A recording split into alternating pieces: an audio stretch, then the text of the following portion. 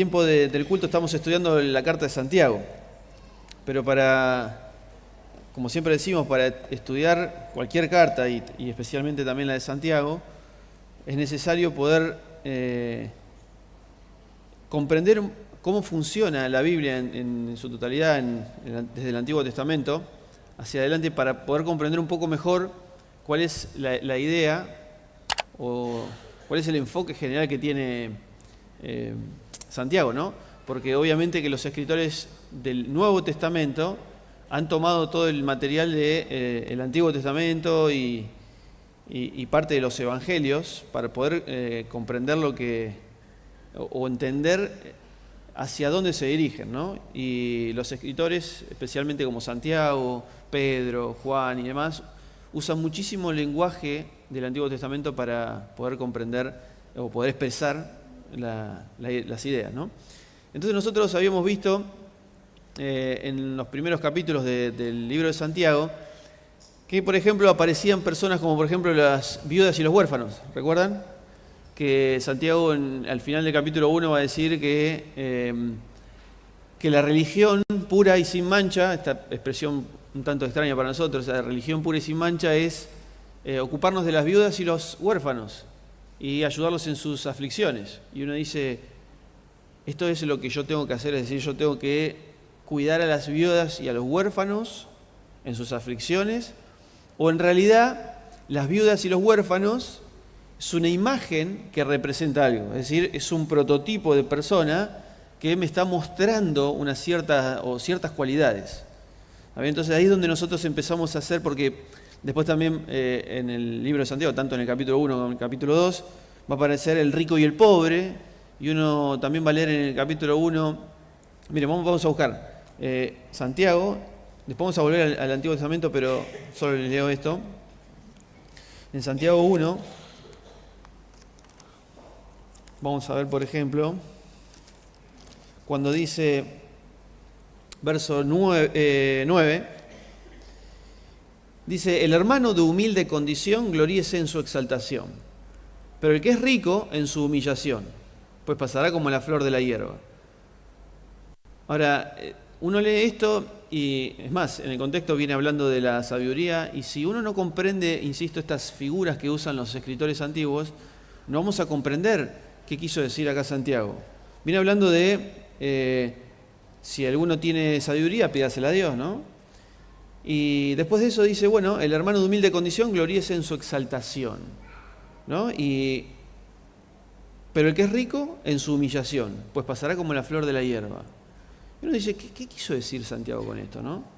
Entonces, si nosotros no comprendemos estas figuras, estos contrastes que no solo Santiago, sino, insisto, los escritores del Antiguo Testamento usaban, es muy difícil entender hacia dónde se dirige Santiago, ¿no?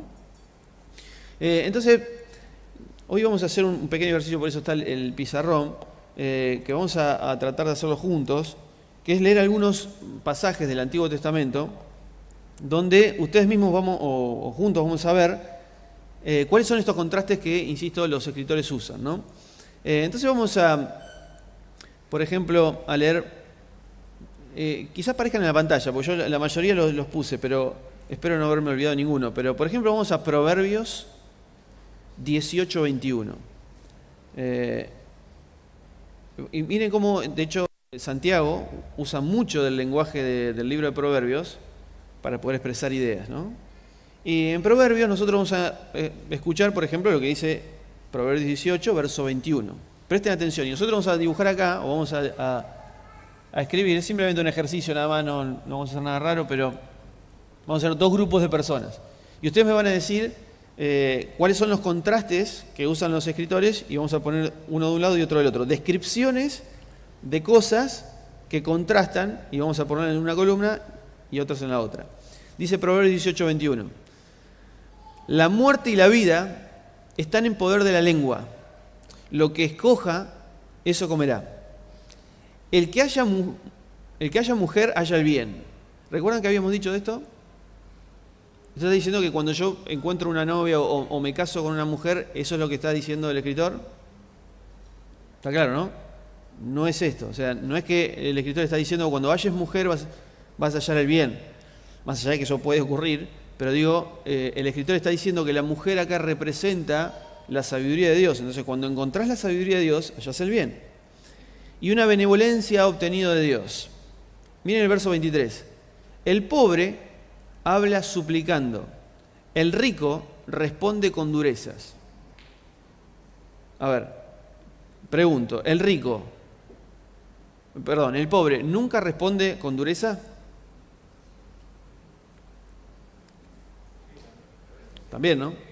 Entonces, ¿qué es lo que quiere decir el escritor?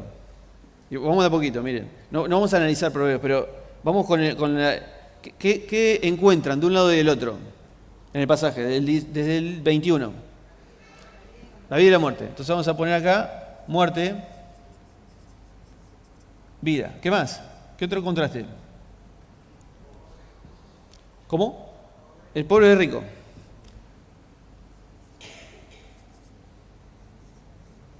¿Qué más?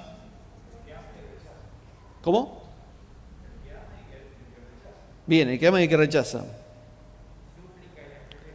Ahí está, súplica. Bueno, vamos a anotar todo, vamos a dejar algunos, pero ¿ven? El escritor está usando un contraste para describir ciertas condiciones en una persona y ciertas otras condiciones, ¿no? Por eso dice, la vida y la muerte están en el poder de la lengua, que es lo mismo que usa después Santiago, ¿no? El que usa la sabiduría ha obtenido algo importante de Dios, ¿no? Y el pobre habla suplicando y el rico responde con dureza. O sea, el rico no está actuando tan bien y el pobre tiene una disposición de humildad.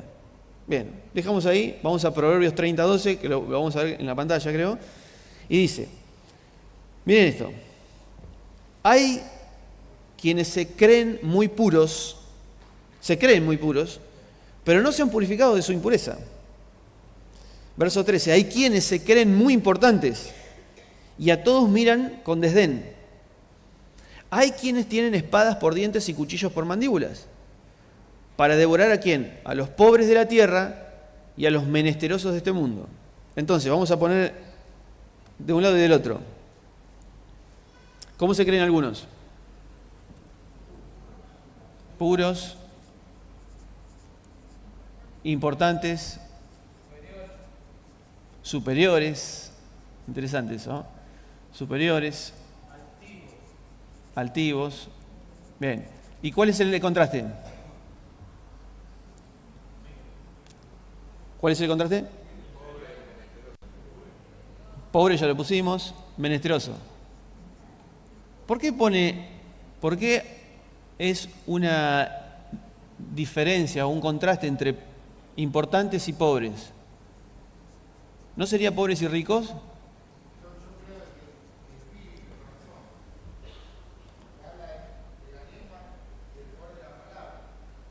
O sea que hay una intención dentro de esa persona que usa un concepto que se cree superior e importante e inferioriza a otras personas. ¿Está bien?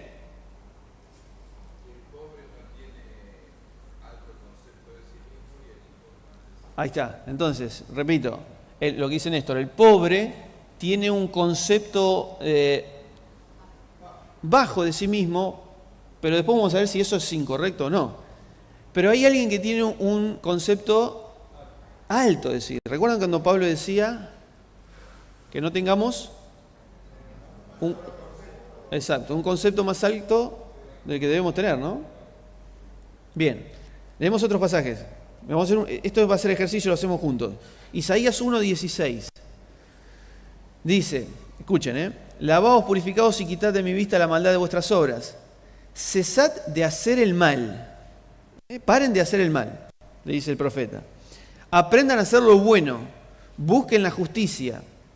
Miren esta expresión, enderecen al opresor, defiendan el derecho del huérfano, aboguen por la causa de la viuda.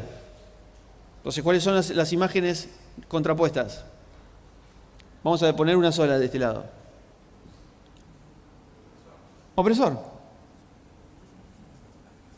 Y de este lado podríamos poner viudas, desamparados, huérfanos, ¿ah? Vulnerables. ¿Bien? Zacarías 7:9. Escuchen, hacemos el mismo ejercicio. 7:9. Así dice el Señor: administrar justicia según la verdad, ejercer compasión y misericordia cada uno con su prójimo.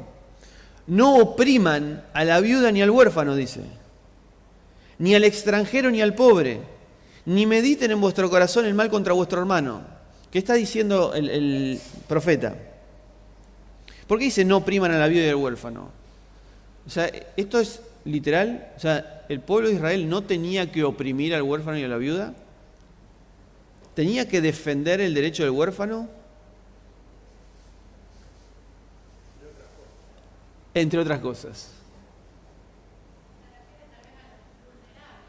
Bien.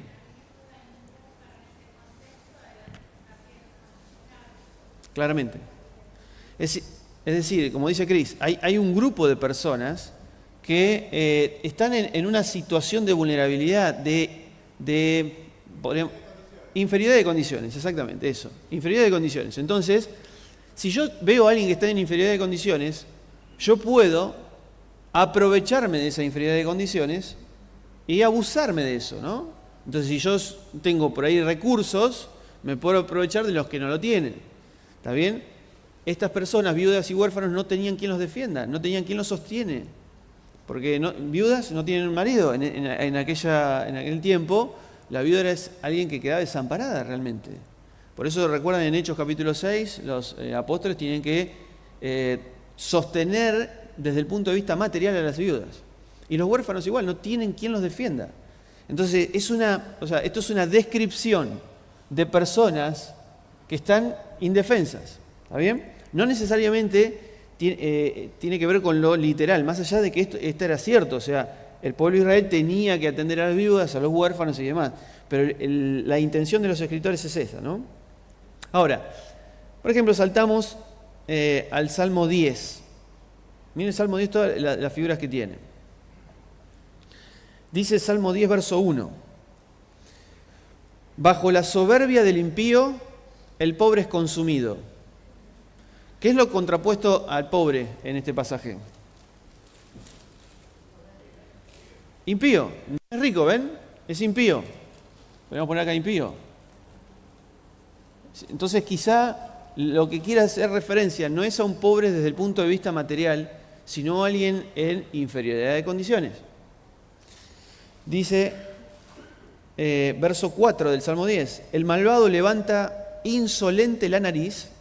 Miren esta descripción, ¿no? El malvado levanta insolente la nariz, o sea, es soberbio, y no da lugar a Dios en sus pensamientos. Verso 7, llena está su boca de maldiciones, de mentiras y amenazas, bajo su lengua, otra vez, lengua, esconde maldad y violencia. Se sienta al acecho cerca de las aldeas, en escondrijos asesina a ¿quién? Al inocente. Entonces podríamos poner otra imagen más, el inocente.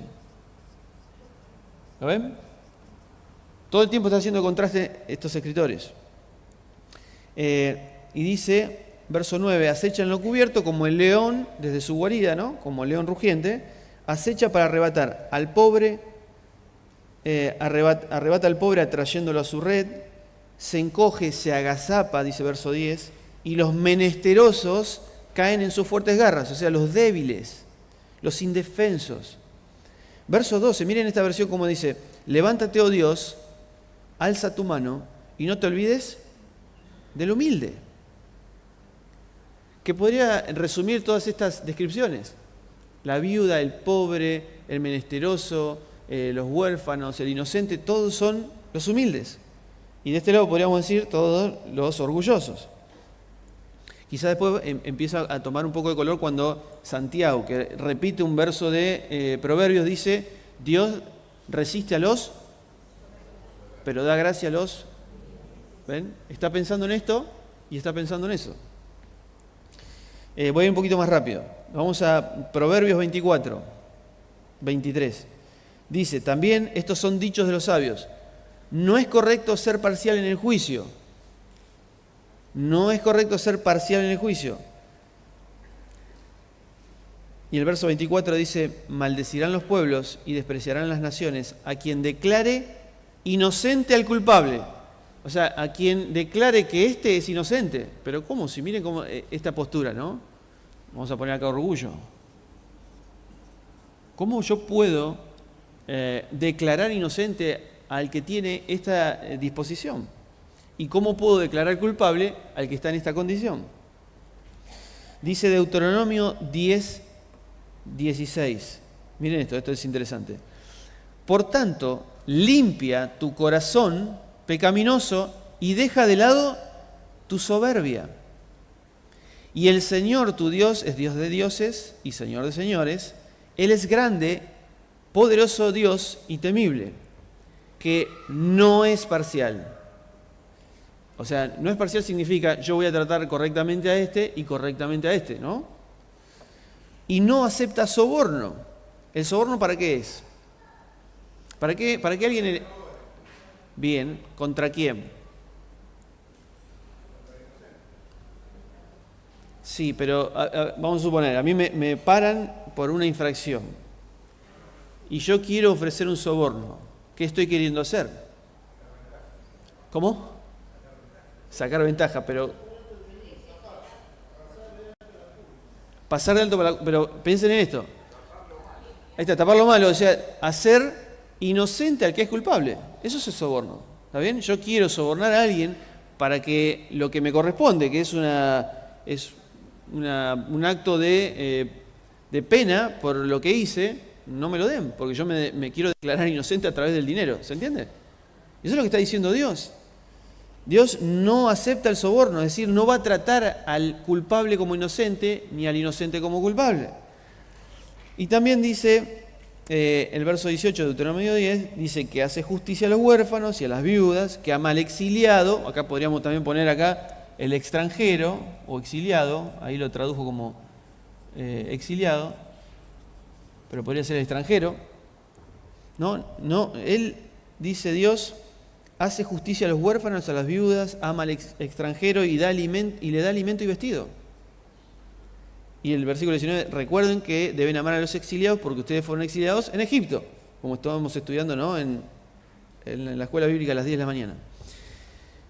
Y leo, voy a adelantar porque no vamos a tener tiempo, pero 1 Samuel 2:3. Y acá es la oración. ¿Recuerdan? Ana, 1 Samuel 1, está casado con, no es relevante, pero Elcana. ¿Elcana cuántas esposas tiene? Sería Ana y Penina. La Biblia me dice que eran ellas dos. Rivales, competidoras. ¿Por qué? ¿Por qué? Bueno, a ver, si bien es por el amor del esposo, es cierto, porque pelean por el esposo, una tenía hijos y otra no, y obviamente eso hacía que el amor del esposo cambiara, ¿no? Entonces ellos se están peleando por competencia, y Ana no puede tener hijos, y la otra sí, y dice la Biblia que Penina la oprimía, porque ella estaba en una situación de inferioridad. ¿Está bien? Pero después cuando Dios permite que Ana tenga hijos, fíjense la oración que va a tener Ana en 1 Samuel capítulo 2, vamos a leer desde el verso 3. Miren cómo expresa ella su condición. Dejen de hablar con tanto orgullo y altivez, no profieran palabras soberbias. El Señor es un Dios que todo lo sabe y Él es quien juzga las acciones. El arco de los poderosos se quiebra, ¿ven? Poderosos, se quiebra. ¿Qué quiere decir esta frase? O sea, los poderosos pierden su poder. ¿Está bien? Los que están oprimiendo pierden su poder. Pero los débiles recobran las fuerzas. ¿Ven la contraposición?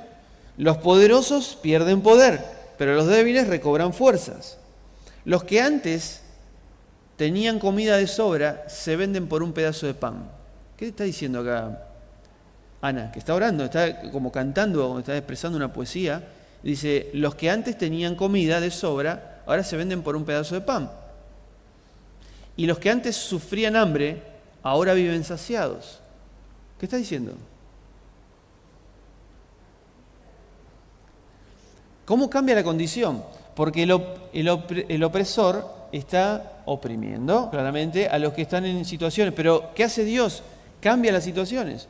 Y ahora el que estaba oprimiendo o el que estaba siendo oprimido ya se libera de esa opresión. ¿Ven cómo hace el contraste? Y dice, la estéril ha dado a luz 7 veces. Es una expresión, no es que tuvo 7 hijos. Pero la que tenía muchos hijos, ahora languidece. O sea, la que sentía orgullo por tener hijos, ahora ya no siente orgullo. Y la que se sentía inferior porque no tenía hijos, ahora se siente un poco más importante, entre comillas, porque ahora tiene hijos. Verso 6. Del Señor vienen la muerte y la vida. Él nos hace bajar al sepulcro, pero también nos levanta. ¿Ven? Contrastes. El Señor da la riqueza y la pobreza. Humilla, pero enaltece. Levanta del polvo al desvalido y saca del basurero al pobre, para sentarlos en medio de príncipes y darles un trono esplendoroso. ¿Ven esta expresión de Ana? Ella se sentía de esta manera y no está mal sentirse de esta manera. El tema es que había personas que se estaban aprovechando de cómo ella se sentía y la oprimían, se burlaban, querían pasar por encima de ella. Como había competencia, entonces Ana dice, pero al final es mejor estar en esta condición, porque es el que Dios da gracia a los humildes, es Dios el que levanta. Bien, podríamos leer un montón más, tengo como 3 o 4 más, pero quiero ir ahora al Nuevo Testamento. Y vamos a ver la misma idea de estos contrastes en el Nuevo Testamento. En Lucas, capítulo 22, miren lo que dicen los apóstoles y la respuesta de Jesús.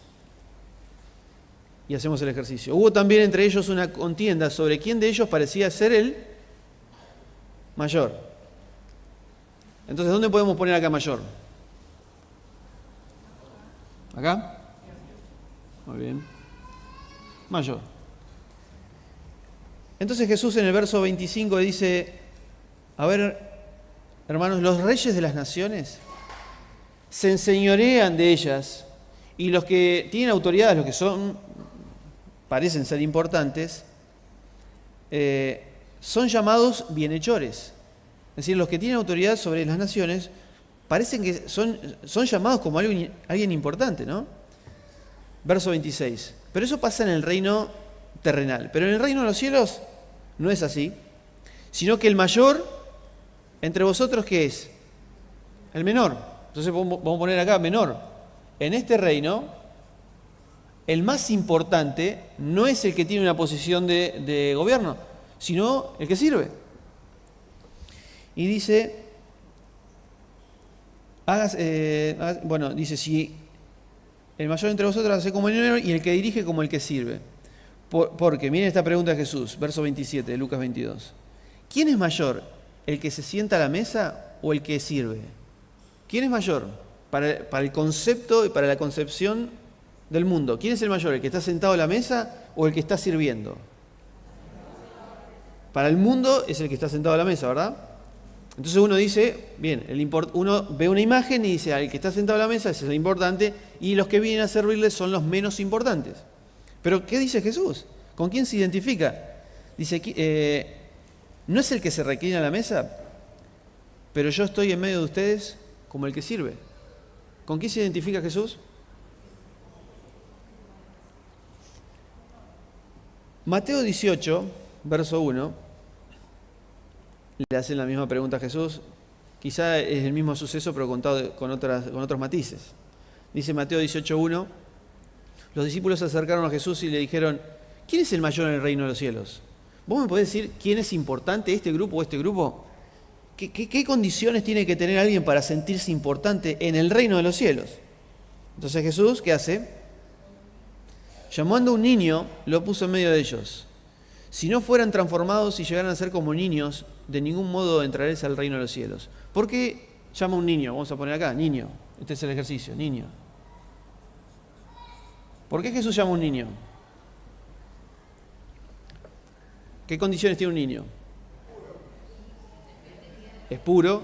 Bueno, los míos no creo que no coinciden con eso, pero en general decimos la inocencia, ¿no? Pero son vulnerables, dependientes, indefensos, humildes, pero se dice que los niños no tienen maldad. Bueno, ahí va, miren, todo lo que ustedes me acaban de describir tiene que ver con un contexto cultural más nuestro, 2000 años después de Cristo. Pero la pregunta es, ¿qué representaba un niño en esa época?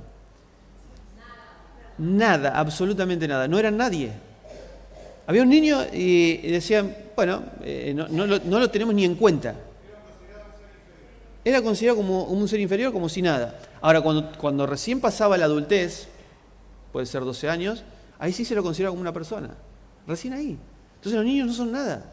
Pero entonces, en ese concepto, el niño es una condición de bajeza, de inferioridad. No tiene valor. ¿Está bien? Entonces Jesús le preguntan, che, ¿quién es el mayor? ¿Qué condiciones tiene que tener aquella persona en el reino de los cielos que va a ser considerada como el más grande? Y trae un niño que no es considerado como nada. Y dice, si ustedes no se vuelven como este niño, no pueden entrar al reino de los cielos. ¿Qué está diciendo Jesús? Que si ustedes no se identifican con esto, no pueden pertenecer al reino de los cielos. ¿Qué significa pertenecer al reino de los cielos? No es nos vamos a ir al cielo, sino ustedes no pueden pertenecer a este reino que va a expresar el carácter de Dios. ¿Por qué no podemos pertenecer a este reino? Porque si nosotros tenemos que expresar el carácter de Dios, tenemos que identificarnos con ellos, con estas condiciones, no con estas, porque este no es el carácter de Dios, este es el carácter de Dios. ¿Me siguen? Ahora, en el mismo pasaje, dice, verso 4, presten atención a esto, por tanto, cualquiera que se humilla, como este niño, ¿ven? Se humilla, es decir, considera que no tiene valor, este es el mayor en el reino de los cielos.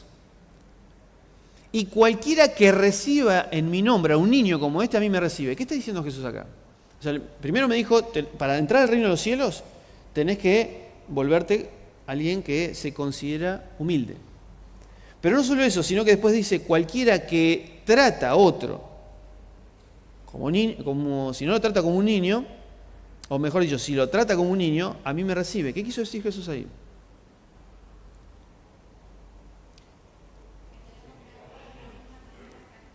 Ahí está. Tenemos que actuar de la misma manera que actúa Él. O sea, cualquiera que recibe, no solo yo me considero como un niño, sino que en mi trato con los demás, yo también actúo como tal. Por eso recuerdan cuando Jesús en Mateo 25 dice, tuve hambre y no me dieron de comer, tuve sed y no me diste de beber, estuve en la cárcel y no me diste. ¿Y cuándo tuviste todo eso y no te? Porque cuando no se lo hiciste a uno de estos pequeños, a mí no me lo hiciste. ¿Se entiende? Él se está identificando no solo con ellos, sino con el trato que unos tienen con otros. Pero el pasaje sigue en Mateo 18 y va a contar la parábola de la oveja perdida. Mateo 18, 10. Y miren cómo arranca.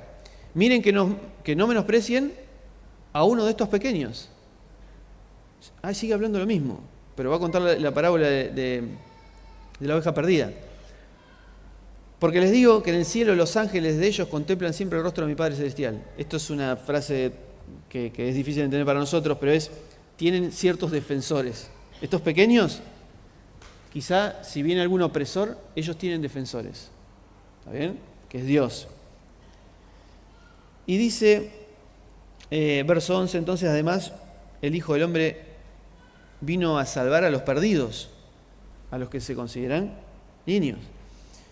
Y cuenta la parábola de la oveja perdida, ¿no? Y todos la conocemos, y termina así, verso 14.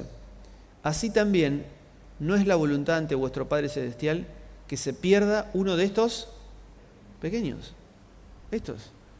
Es decir, la expresión de la oveja perdida, o de la parábola, es el deseo de Dios por cuidar, por defender y abrazar a los pequeños, aquellos que se consideran de esta manera. Y leo la última historia y ya vamos a Santiago.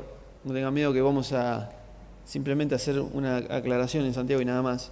Pero hay una historia en Lucas 16. Miren, Lucas 16, 19.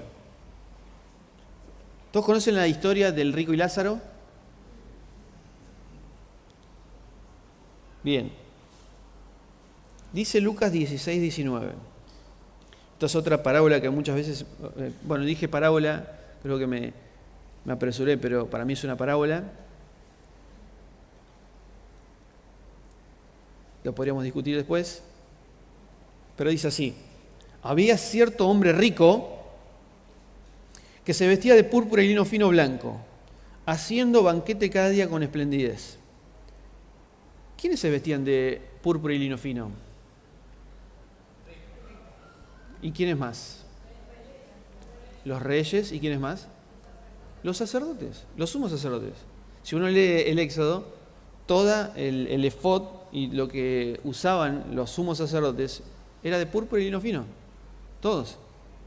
Entonces Jesús me va a contar una historia que me quiere contrastar algo, ¿no? Y hay personas que se creen importantes. Pero verso 20, vamos a ver el contraste. Había también cierto mendigo llamado Lázaro. ¿Saben qué significa Lázaro? Viene de una abreviación que significa Eliezer. ¿Y qué significa Eliezer? Elí es ser. Elí es Dios, es ser.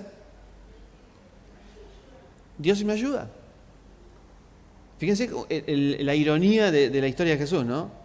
Es un rico que está vestido de púrpura y lino fino y que hace banquete todos los días, o sea, come todos los días, pero hay un mendigo que se llama Dios es mi ayuda, el cual, lleno de llagas, la condición, ¿no?, había sido echado junto a la puerta. ¿Y qué hacía él? Ansiaba saciarse, por lo menos con lo que caía de la mesa del rico, que hacía banquete todos los días. Y hasta los perros venían y lamían las llagas de este personaje, ¿no?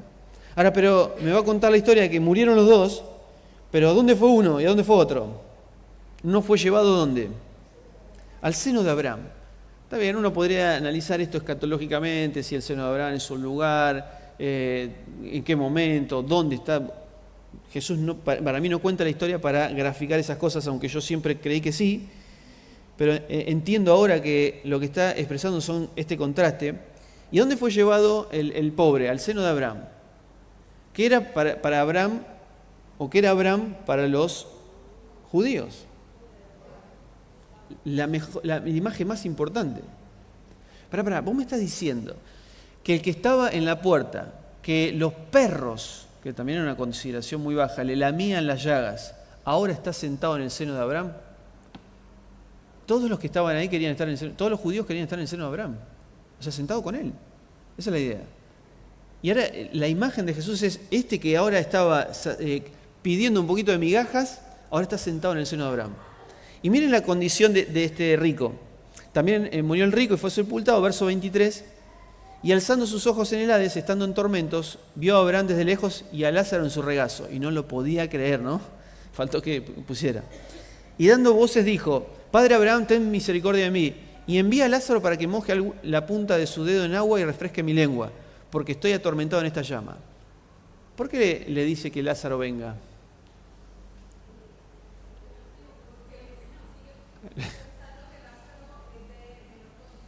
¿Se dan cuenta de eso? Lo voy a repetir para los que no escucharon. Porque el rico todavía sigue creyendo, después de la muerte, que Lázaro es alguien inferior y por eso él tiene que venir a mojarle el dedo. ¿Entienden? Lo sigue considerando. Esta es la ironía y el subrayar esta idea de parte de Jesús, ¿no? Haciendo los contrastes. Es más, después va a decir, tengo 5 hermanos. ¿Alguien puede ir a predicarle a estos hermanos? Adivinen a quién llamaron para predicarle a los hermanos. El rico le dice, ¿le puedes decir a Lázaro que también vaya a predicarle a mis hermanos? O sea, él no entiende todavía la condición en la que está.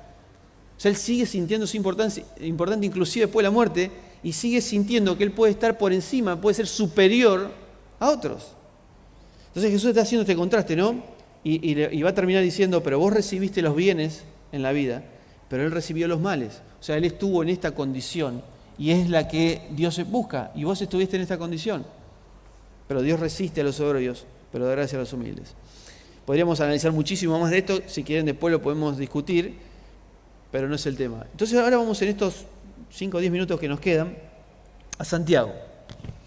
Entonces, Santiago capítulo 1, ahora sí quizá podamos comprender un poco más lo que quiso decir Santiago. Porque Santiago tiene esta idea. Santiago tiene como objetivo colocar dos grandes contrastes usando distintas imágenes para que podamos comprender cómo funcionan las personas que ahora forman parte del reino de los cielos. Es decir, es como la pregunta que hicieron los apóstoles. ¿Quién es importante en el reino de los cielos? Entonces vamos a poner acá reino de los cielos. Vamos a poner así, reino de los cielos. ¿Ok? ¿Cómo es?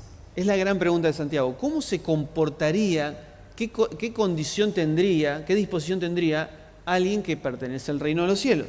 Entonces Santiago va a explicar. Por eso cuando dice, en el capítulo 1, verso 9, dice, el hermano de condición humilde debe sentirse orgulloso de su alta dignidad. O sea, si vos te identificás con ellos, debes sentirte importante por tu alta dignidad, porque es a esos a los que elige Dios. Pero si... Dice, y el rico, de su humilde condición. O sea, ven, el rico, de su humilde condición también. O sea, están los dos en la misma. Vos podés ser pobre o rico, pero lo importante es tu humilde condición. ¿Me siguen? Bueno, sigue diciendo que el rico se marchitará y demás. Pero miren Santiago 1.26, que es lo que ya compartía Isra hace 15 días. Si alguno supone ser religioso, no refrenando su lengua, sino que va a dañar a otro, sino que engañando su corazón, la religión de este es vana. Porque la religión pura es aquel que usa la lengua para bendecir, para visitar a los huérfanos, a las viudas en su tribulación, aquellos que se identifican con esto. ¿Está bien? No está diciendo, hermanos, tienen que salir de acá y ir a visitar a las viudas y a los huérfanos, sino que está usando, Santiago, son contrastes, imágenes, que expresan una condición. ¿Te identificás con estos o con estos? Por eso cuando también el domingo pasado Carlos compartía lo de entrar a una sinagoga y hacer una discriminación. ¿Por qué nosotros discriminaríamos? Ayúdenme ustedes. ¿Por qué discriminaríamos? Sí, pero ¿por qué? ¿Por qué hay un aspecto que puede ser negativo o positivo? Ahí está, porque nos creemos superiores. Y porque tenemos un concepto nuestro, o nosotros tenemos un lente que dice esto es algo importante, o esto se identifica con los importantes, y esto se identifica con los menos importantes, entonces yo ahí discrimino. Para mí esto no es importante, yo lo dejo de lado. Para mí esto no es valioso y lo dejo de lado. Entonces esa es la idea que hay detrás de la discriminación. Por eso el problema no es tanto la discriminación en sí, sino lo que me impulsa a mí a discriminar, que es ese concepto que yo tengo de que este es superior o es inferior.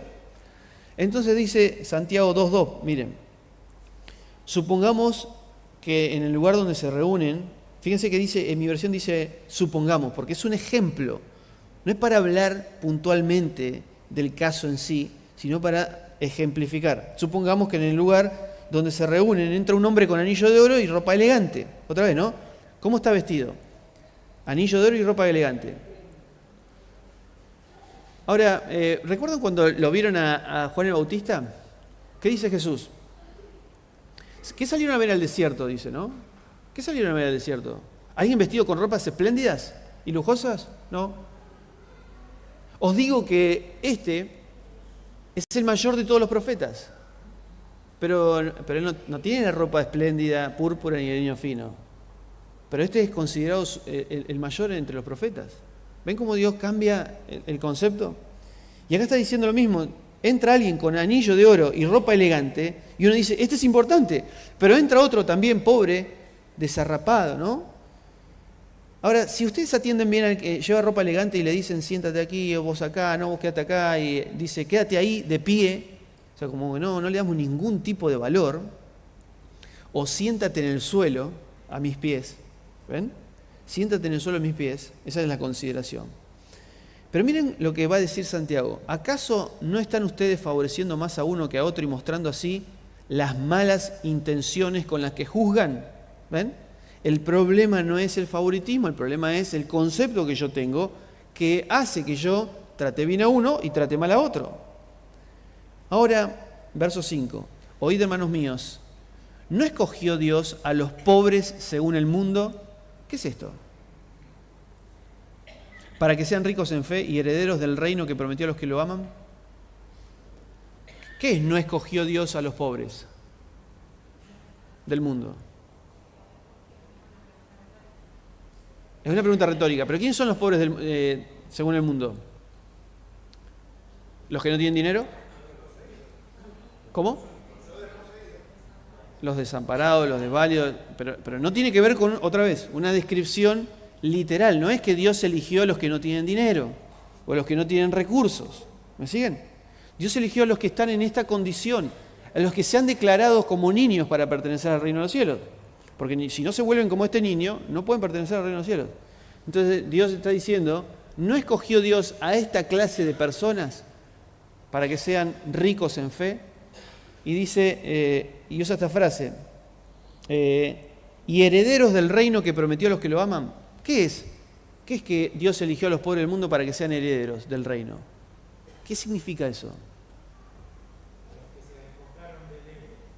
A los que se despojaron del ego. Pero, bien, esa es la condición. Ahora, ¿pero por qué herederos del reino? ¿Qué reino? Bueno, es cierto que todavía podríamos poner, todavía quizá no se le heredó, pero ¿qué es el reino? Uno siempre piensa en el futuro, el cielo y demás. No.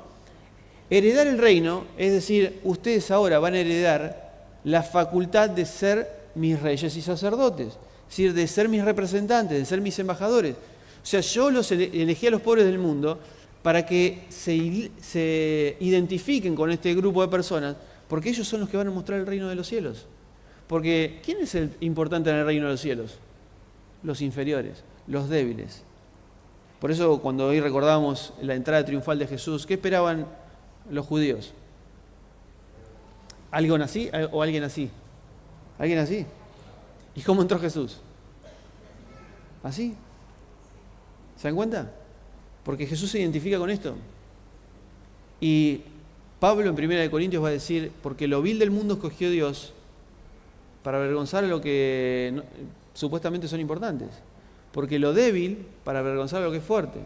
A lo necio del mundo, o dice también esta frase, lo necio de Dios es más sabio que la sabiduría del hombre. Porque está todo el tiempo haciendo este contraste entre inferioridad y aquellos que se creen superiores. Y entonces termina el pasaje diciendo, verso 6, pero ustedes, estamos en Santiago 2, ¿no? Verso 6, pero ustedes afrentaron al pobre. ¿No os oprimen los ricos y ellos mismos os arrastran a los tribunales? Diciendo, no los oprimen los ricos y encima los llevan a tribunales para que los castiguen. ¿No son ellos mismos los que blasfeman el precioso nombre que fue invocado sobre ustedes?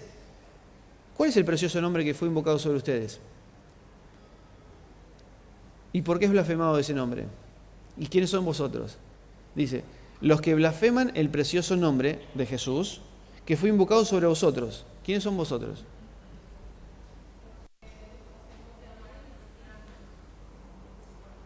Los que se consideran de esa manera, los que son llamados cristianos. O sea, si hay un maltrato entre ricos y importantes o opresores contra otros, están blasfemando el nombre de Dios porque Dios quiere que haya un trato igual. Entonces ahora sí, llegamos a Santiago capítulo 2, verso 14, y ahí es donde nos tocaba hoy, pero sin esta introducción, son solo 5 minutos nomás, no podemos entender esto, ¿no? Entonces Santiago va a preguntarse, ¿de qué sirve, hermanos míos, que alguien diga que tiene fe, que cree en Dios, pero no tiene obras? ¿Acaso puede tal fe salvarlo? Si un hermano o una hermana andan desabrigados, miren la figura de alguien que está en situación de inferioridad y carecen de sustento diario, y alguno de ustedes le dice, id en paz y calentados y saciados, pero no le dan las cosas necesarias para el cuerpo, ¿de qué sirve? Es decir, lo que está diciendo Santiago es lo siguiente, si vos decidiste identificarte con estos, pero no estás actuando como tal, y ves a alguien inferior y no suplís sus necesidades, entonces no te estás identificando con esto. Te estás identificando con estos. que ven al pobre y lo dejan de lado. Que en la historia del buen samaritano son los que salen del templo y pasan por el costado del que está tirado. Pero el buen samaritano es uno de estos, que es, inclusive siendo el enemigo el samaritano del judío, el samaritano no solo que lo atiende, lo lleva, paga todo y hace la milla extra. Y entonces sigue diciendo, así también, verso 17, la fe si no tiene obras está muerta en sí misma. Si ustedes están en esta condición pero no expresan esa condición, no tiene sentido. Pero alguno puede decir, tú tienes fe y yo tengo obras. Bueno, muéstrame tu fe sin las obras y yo te mostraré la fe por mis obras.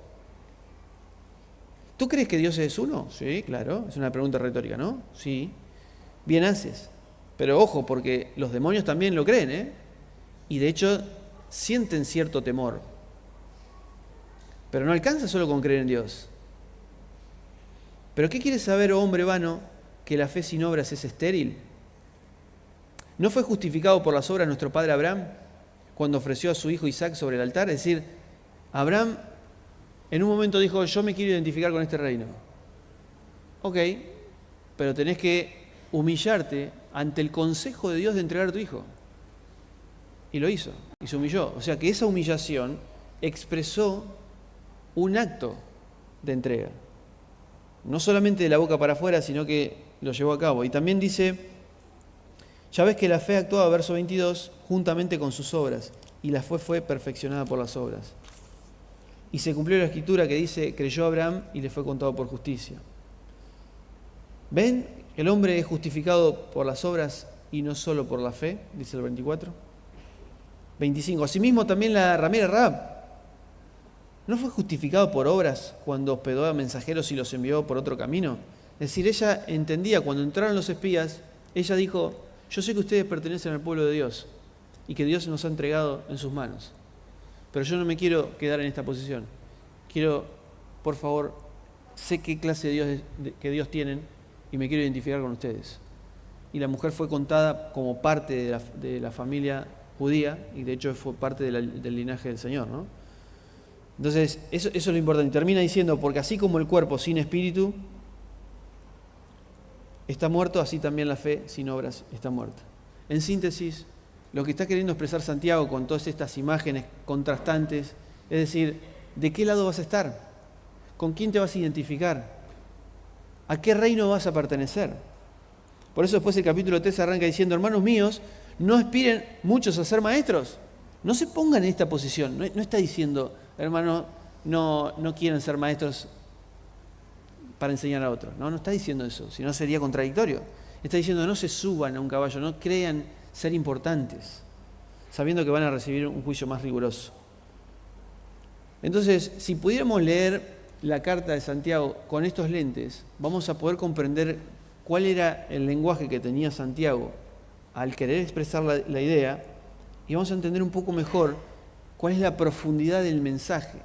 Y Santiago está diciendo, ¿vos querés identificarte con los ricos o con los pobres? Y si decís que te identificás con los pobres, porque todos creo que en esta mañana elegiríamos esto, ¿no?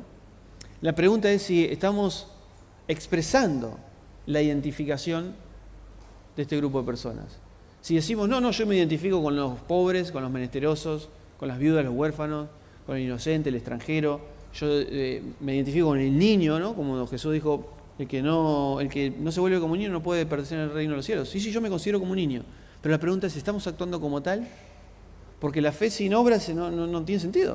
O sea, si yo digo pertenecer al reino de los cielos, pero no tengo la humildad de tratar a otros como tales, no tiene sentido. Ese es el concepto que quiere expresar Santiago. Hay dos grupos de personas. Desde el inicio de Génesis, que en un momento donde Dios creó a Adán y Eva totalmente iguales, que eso lo hemos estudiado también, ¿no? Como Dios creó a la mujer, no de una costilla, sino de un lateral, es decir, dividió al medio. Pero no porque haya sido literalmente así, sino porque la idea es expresar este concepto de son dos personas iguales. Pero el pecado, ¿qué hizo? Ahora el hombre se va a enseñorear de vos hasta a querer estar por encima de la mujer, del hombre, y va a haber una pelea, y va a haber una enemistad. Ahora en esa enemistad, ¿Vamos a querer ser la parte fuerte o la parte débil? Y creo que ahí, sin querer, a veces enseguida decimos, y yo me gustaría ser la parte de fuerte, porque no me gustaría que me pasen por arriba. Mi orgullo me dice, no, tenés que defenderte. Pero el reino de los cielos se identifica con los que son humildes, con los niños, con el extranjero, con la viuda que no tiene defensa, con los huérfanos, que no tiene padre quien los defienda. El reino de los cielos se identifica con eso. Y la gran pregunta entonces, de toda la historia desde Génesis hasta el final, es con qué clase de reinos nos vamos a identificar. Jesús cuando llegó dijo, el reino de los cielos se ha acercado, arrepiéntanse, es decir, dejen de estar en esta posición, vengan a esta posición, porque es en esta posición, es dando la vida, dejándome asesinar, dice Dios, es que puedo obtener la victoria. No es poniéndonos en esta parte, sino que en esa parte. Y Santiago va a subrayar este contraste desde el principio hasta el final. Aquellos que usamos muchas veces la lengua para dañar a otros. Pero ¿saben qué? El problema no es la lengua, no es la mala palabra. El problema es cuando yo quiero inferiorizar a otro. Cuando yo tengo un concepto más alto de mí mismo que el que debo tener. Por eso cuando Jesús dice, oíste que fue dicho, no asesinarás. Pero cualquiera que le diga fato a su hermano es culpable culpable del juicio de asesinato. ¿Pero por qué? Porque está considerando al otro como inferior. Le está diciendo, no, sos inferior, sos fatuo, tonto. Entonces por eso asesinamos. Y lo va a decir Santiago. ¿De dónde vienen las guerras? De su propia concupiscencia, porque anhelan y no tienen. Dice, arden de envidia, asesinan. Porque nos ponemos todo el tiempo y nos identificamos con ellos, cuando el reino de los cielos se identifica con el menor. Pedro, cuando lo vinieron a buscar a Jesús, sacó la espada y quiso cortarle la cabeza a Malco. Pero Jesús dijo, no, en el reino de los cielos no, el que a hierro mata, a hierro muere. Acá, el que a hierro mata, a hierro muere. Ahí no. Acá el Señor se entrega. ¿Por qué vienen a mí con palos si estuve todo el tiempo con ustedes? Yo me entrego. Porque la condición de los que pertenecemos al reino de los cielos debería ser la de humildad. Porque Dios resiste a los soberbios, pero da gracia a los humildes. Señor, te agradecemos por este tiempo que pudimos compartir. Señor, y esto no es algo que tiene que ver simplemente con Santiago. Quizás estamos estudiando Santiago, pero estamos viendo tu carácter en toda la Biblia. Estamos viendo tu persona, tu disposición, con aquellos que te identificás, con aquellos que estás eligiendo para que sean los herederos del reino, que esa frase suena un poco extraña, pero es simplemente ser tus embajadores, ser tus representantes, expresar al mundo que todavía no te conoce quién sos vos. Pero la pregunta y la gran pregunta para nosotros es, Señor, ¿con quién nos vamos a identificar? Pero mi ego todo el tiempo se identifica cada mañana con aquel que se cree más importante que mi esposa, por eso discuto con ella. Cuando creo que mis hijos no me tratan como tal y no me respetan, y me enojo a tal punto de que mi enojo es demasiado exagerado, porque lo que han tocado ellos es mi orgullo. Pero Señor, el reino de los cielos es diferente. Señor, queremos entenderlo. Mi corazón a veces no lo termina de captar. Pero Señor, quiero identificarme con este reino que se humilla, que se entrega, que no saca una espada para cortar cabezas, para devolver mal por mal, sino para disponerse a ser transformados y cambiados, y que el mundo vea esta disposición de humildad y de humillación y pueda decir, Señor, yo quiero pertenecer a este reino también. Porque los que estaban abajo de la cruz te dijeron a vos, si este es el Hijo de Dios, que se baje. Pero no entendieron que el reino es de aquellos que son pobres en espíritu, que son perseguidos, que tienen hambre y sed de justicia. Señor, ayúdanos a identificarnos con estos bienaventurados, con tu reino, con el reino de los más débiles, porque elegiste lo débil para avergonzar a lo fuerte. Te glorificamos en esta mañana, en el nombre de Jesús. Amén. Dios les bendiga, hermanos.